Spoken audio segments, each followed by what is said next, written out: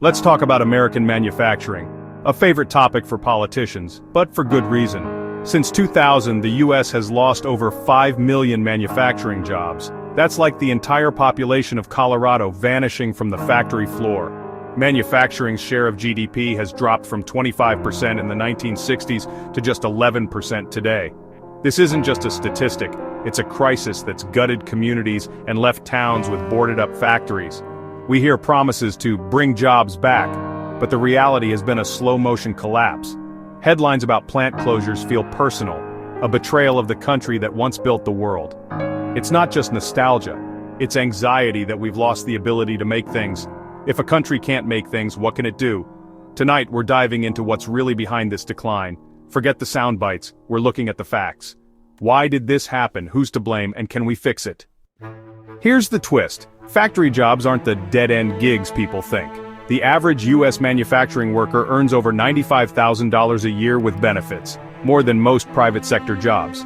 Yet, over 600,000 manufacturing jobs are unfilled. It's not a lack of jobs, it's a lack of people willing or able to take them. Why? First, a massive skills gap.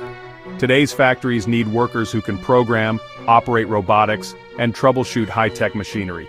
Our education system hasn't kept up. We stopped teaching hands-on skills and pushed everyone toward four-year degrees. Second, there's a perception problem. For decades, we've stigmatized factory work as dirty or low status. We glorify tech jobs and look down on skilled trades. The result? A generation that would rather intern at a startup than work as a well-paid technician.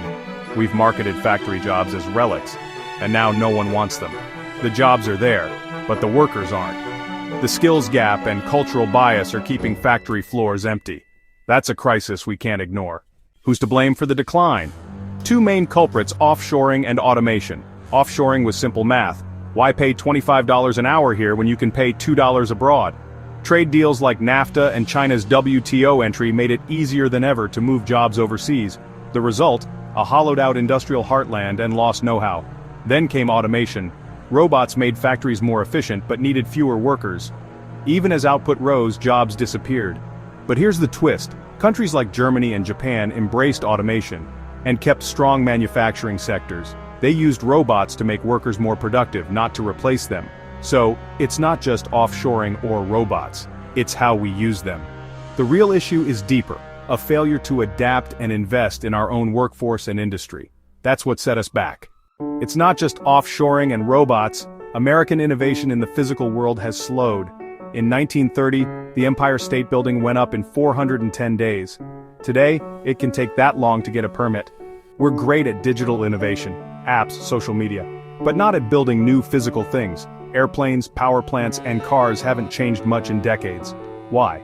Our brightest minds now chase finance and tech, not engineering or manufacturing.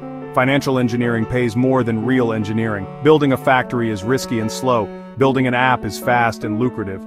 This shift has left us behind while other countries invest in real-world innovation. Without new products and better methods, our factories can't compete. We focused on clicks, not construction, and now we're paying for it. Our manufacturing sector risks becoming a museum piece. The government's biggest fear? Losing the ability to build what we need, especially for national security. Manufacturing isn't just about cars and fridges, it's about tanks, jets, and advanced tech. In what we do, we outproduced our enemies. Today, our defense base is fragile. For key components like microchips, we rely on foreign suppliers, sometimes from rival nations. In a crisis, that's a huge vulnerability. The COVID-19 pandemic exposed this. We couldn't even make enough masks or ventilators. Our global supply chains are efficient but brittle. One break and the system collapses. This isn't just about jobs. It's about sovereignty. If we can't make our own medicine, chips, or defense systems, we're dependent and exposed. That's why there's a new push to rebuild our industrial base. It's not just economic, it's about survival. America's future depends on its ability to build. So, can American manufacturing be revived?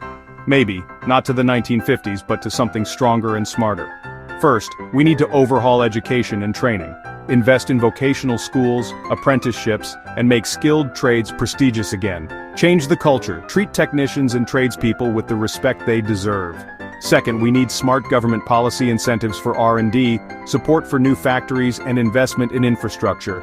It's about making it make sense to build here, not just overseas. The future depends on whether we value making things enough to fight for it. We must shift from short-term thinking to long-term investment in the real economy. The decline wasn't an accident, it was a choice. If we want to rebuild, we need to choose differently. Our ability to build our own future depends on it.